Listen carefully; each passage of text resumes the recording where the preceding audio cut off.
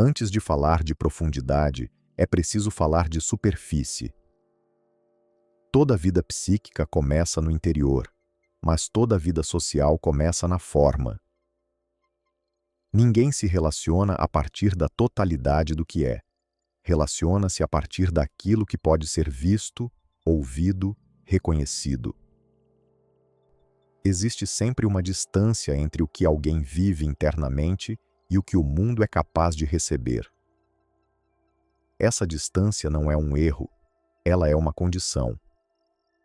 Carl Jung chamou a estrutura que organiza essa distância de persona. Não como algo falso, não como uma máscara no sentido moral, mas como uma função psicológica necessária para existir entre outros. Neste vídeo, não vamos falar de autenticidade nem de autoexpressão. Vamos falar de adaptação, de função, de estratégia psíquica. Vamos entender o que é a persona, para que ela serve, e o que acontece quando ela deixa de ser uma ferramenta e passa a ser confundida com identidade. Antes de falar sobre quem alguém é preciso falar sobre como alguém aparece. Nenhuma relação humana começa no íntimo, ela começa na superfície, no gesto, na postura, na linguagem. É nesse ponto que Carl Jung introduz o conceito de persona. O termo vem do teatro antigo, a máscara usada pelo ator para tornar sua voz audível e seu papel reconhecível. Jung não escolhe esse termo por acaso. A persona não é mentira, ela é mediação. Ela surge no contato entre o ego e o mundo social. Toda convivência exige forma, toda sociedade impõe expectativas, toda relação pede previsibilidade. A persona nasce como resposta a isso. Ela organiza comportamento, regula expressão, define limites. Sem persona, o indivíduo não se relaciona, ele se expõe. E exposição constante não gera intimidade, gera instabilidade. Do ponto de vista psicológico, a persona não é um erro, ela é uma solução adaptativa. Por meio dela, o ego encontra um lugar no mundo, constrói continuidade, é reconhecido, se ancora socialmente. Um indivíduo sem persona funcional tende a agir de forma desorganizada, fala demais, expõe demais, reage demais.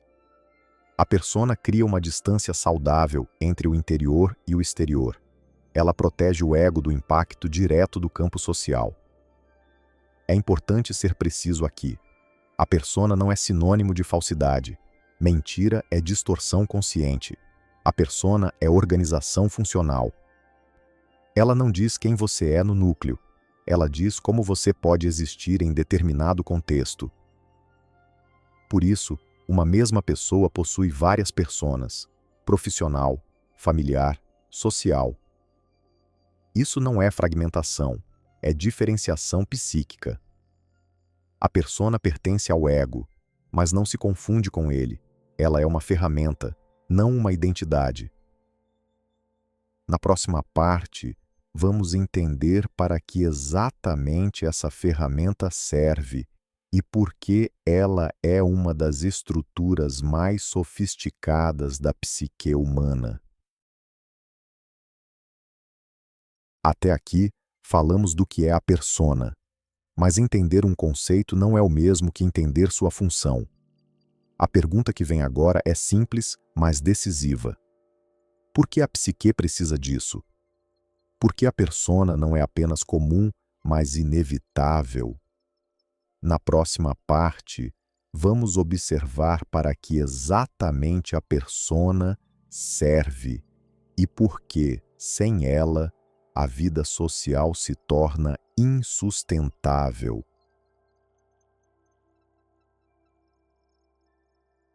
Depois de entender o que é a persona, é preciso entender para que ela serve. A persona não existe para expressar a totalidade do indivíduo. Ela existe para tornar a convivência possível. O mundo social não é neutro. Ele é feito de expectativas, códigos implícitos, regras não negociáveis. A persona funciona como um sistema de adaptação contínua. O ego, sozinho, não suporta a pressão constante do olhar do outro, da avaliação, da exigência de coerência. A persona absorve parte dessa pressão. Ela cria uma forma relativamente estável pela qual o indivíduo pode ser reconhecido sem se reinventar o tempo todo. Nesse sentido, a persona economiza energia psíquica. Ela cria previsibilidade para o indivíduo e para o ambiente. Quando alguém diz, "eu sei como essa pessoa é", na maioria das vezes está falando da persona. E isso não é um erro.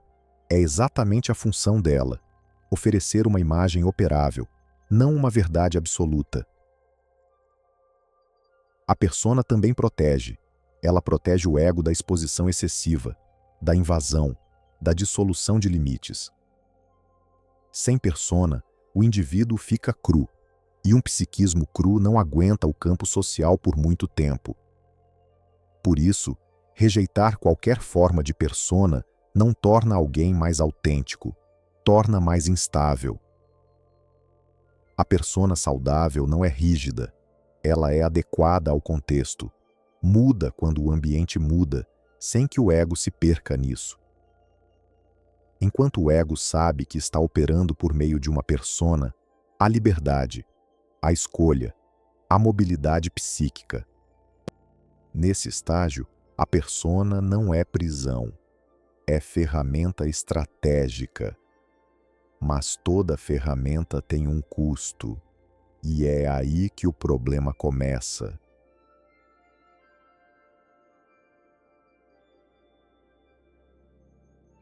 Em algum ponto, a persona deixa de ser usada e passa a ser habitada. O problema não começa quando alguém tem uma persona forte. O problema começa quando o ego se confunde com ela. Nesse momento, o papel social deixa de ser uma função e passa a ser uma identidade. A imagem não é mais algo que se apresenta, é algo que precisa ser defendido. O indivíduo já não reage a partir do que sente ou percebe, mas a partir do que precisa manter. Manter a imagem, manter a posição, manter a coerência externa. Carl Jung foi preciso ao descrever esse estado. Ele diz que a identificação com a persona é uma forma sofisticada de alienação. Não é alienação por caos, é alienação por adaptação excessiva. Externamente, tudo parece funcionar. A pessoa é vista como competente, ajustada, bem posicionada, mas internamente, algo começa a empobrecer. Aquilo que não cabe na persona não desaparece, é apenas excluído da consciência. Desejos incompatíveis, impulsos não aceitos, afetos que ameaçam a imagem. Tudo isso não é integrado, é empurrado para baixo. É assim que a sombra começa a se formar, não como algo maligno, mas como tudo aquilo que a persona não pode carregar. Quanto mais rígida a persona, mais densa a sombra. Quanto mais perfeita a imagem, mais fragmentada a vida interior. Nesse estágio, o indivíduo não vive mais a partir de si, vive para sustentar uma forma. Cada situação social se torna um teste, cada relação, uma ameaça. A espontaneidade desaparece, o erro se torna intolerável, a crítica é vivida como ataque existencial. A persona, que deveria ser uma ponte, se transforma em uma prisão. E o mais perigoso, uma prisão funcional. Ela funciona bem demais para ser questionada. É por isso que esse estado pode durar anos, às vezes, uma vida inteira. A sociedade recompensa quem se confunde com o próprio papel. Mas o custo é alto, a perda de vitalidade, a sensação de vazio, a vida vivida como manutenção. Jung deixa claro, o processo de individuação não começa enquanto a persona é confundida com o self. Antes de integrar a sombra, é preciso descolar da máscara. A persona não precisa ser destruída, Ela precisa ser relativizada, usada conscientemente e não confundida com quem se é. No próximo vídeo, vamos entrar exatamente nesse território. Aquilo que a persona exclui não desaparece, apenas desce. Esse é o campo da sombra.